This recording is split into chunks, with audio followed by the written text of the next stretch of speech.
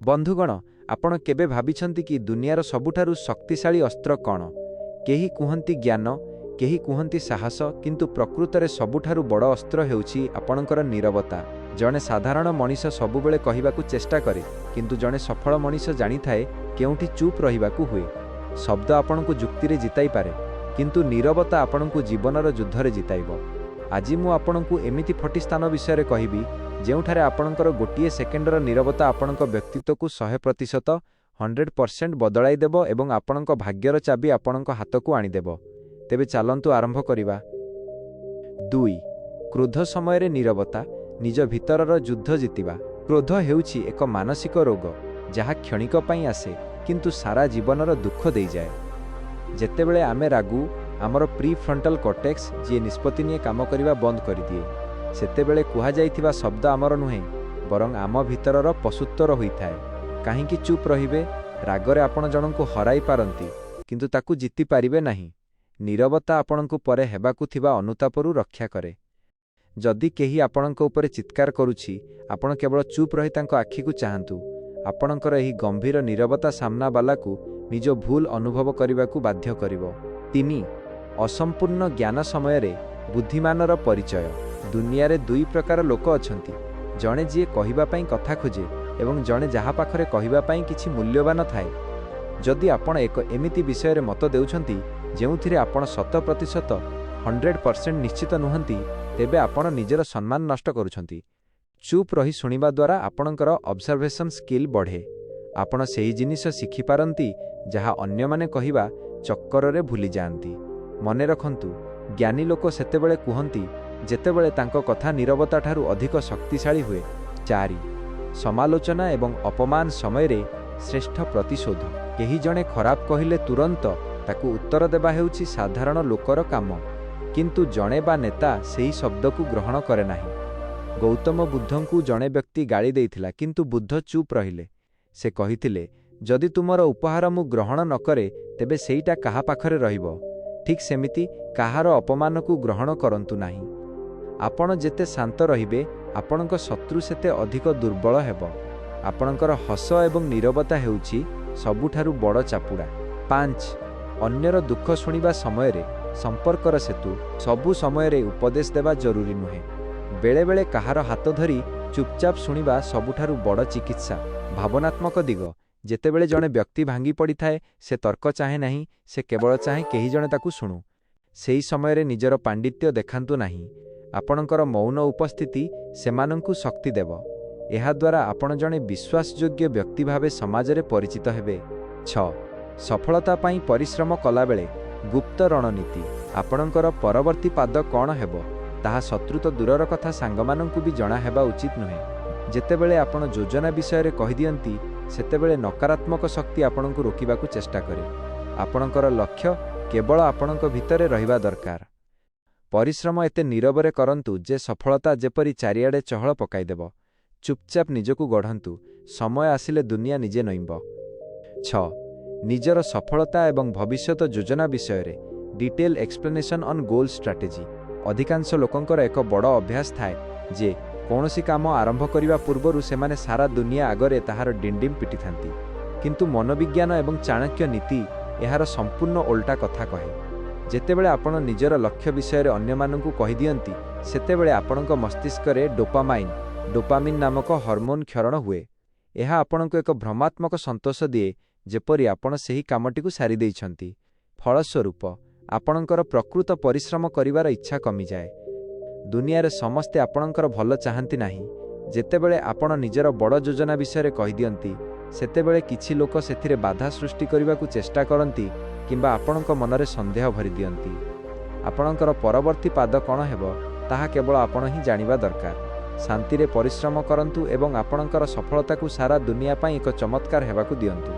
ଯେତେବେଳେ ଆପଣ ଚୁପଚାପ୍ କାମ କରି ଶେଷରେ ରେଜଲ୍ଟ ଦେଖାନ୍ତି, ତାହାର ପ୍ରଭାବ 100% ଅଧିକ ହୋଇଥାଏ। 7.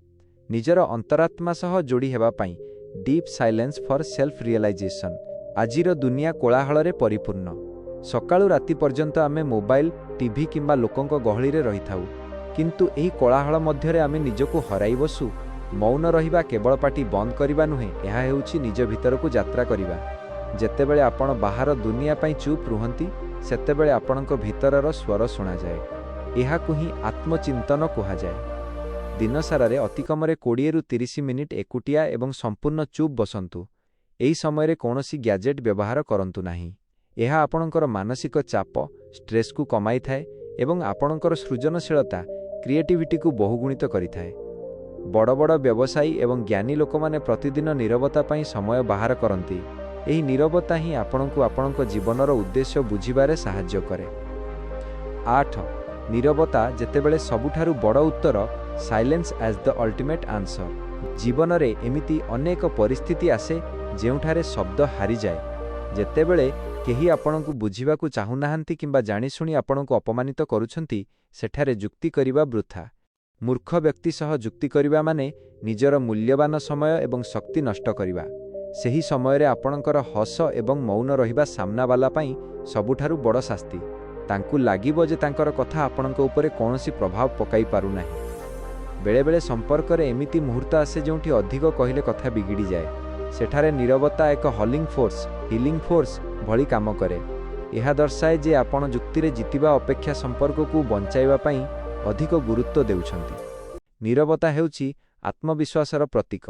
ଯିଏ ନିଜ ଉପରେ 100% ବିଶ୍ୱାସ ରଖେ, ତାକୁ ନିଜକୁ ସଠିକ୍ ପ୍ରମାଣିତ କରିବା ପାଇଁ ଅଯଥା ପାଟି କରିବାକୁ ପଡ଼େ ନାହିଁ। 9.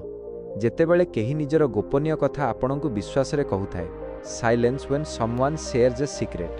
ବିଶ୍ୱାସ ହେଉଛି ଦୁନିଆର ସବୁଠାରୁ ମୂଲ୍ୟବାନ ସମ୍ପତ୍ତି ଏବଂ ଏହି ସ୍ଥାନରେ ନୀରବତା ହେଉଛି ଆପଣଙ୍କ ଚରିତ୍ରର ପରିଚୟ। ଯେତେବେଳେ କେହି ଜଣେ ନିଜର ଦୁର୍ବଳତା କିମ୍ବା କୌଣସି ଗୋପନ କଥା ଆପଣଙ୍କୁ କହୁଛନ୍ତି, ସେତେବେଳେ ମଝିରେ କଥା କାଟନ୍ତୁ ନାହିଁ କିମ୍ବା ନିଜର ମତ ଦିଅନ୍ତୁ ନାହିଁ। କେବଳ ଚୁପ୍ ରହି ଶୁଣନ୍ତୁ। ମନେ ରଖନ୍ତୁ, ସେହି ବ୍ୟକ୍ତି ଜଣକ ଆପଣଙ୍କୁ ଏକ ଲୁହା ସିନ୍ଦୁକ ଭାବି ନିଜର କଥା କହିଛନ୍ତି। ସେହି କଥାକୁ ଅନ୍ୟ କାହା ଆଗରେ ପ୍ରକାଶ କରିବା କିମ୍ବା ତାହାକୁ ନେଇ ପରିହାସ କରିବା ହେଉଛି ସବୁଠାରୁ ବଡ଼ ପାପ। ଆପଣଙ୍କର ଏହି ନୀରବତା ଆପଣଙ୍କୁ ଜଣେ ବିଶ୍ୱାସଯୋଗ୍ୟ ବ୍ୟକ୍ତି ଭାବେ ସମାଜରେ ପରିଚିତ କରାଇବ। ଲୋକେ ଆପଣଙ୍କ ପାଖରେ ନିଜକୁ ସୁରକ୍ଷିତ ମଣିବେ, ଯାହା ଆପଣଙ୍କର ବ୍ୟକ୍ତିତ୍ୱକୁ ଅତି ଗମ୍ଭୀର ଏବଂ ଉଚ୍ଚକୋଟୀର କରିଦେବ। 10. ଯେତେବେଳେ କେହି ନିଜର ସଫଳତା ପାଇଁ ଗର୍ବ କରୁଥାଏ। Silence during someone's bragging. ଜୀବନରେ ଏମିତି ଅନେକ ଲୋକ ମିଳିବେ ଯେଉଁମାନେ ଆପଣଙ୍କ ଆଗରେ ନିଜର ବଡ଼ପଣ ଦେଖାଇବେ ବା ଅଯଥା ଗର୍ବ କରିବେ।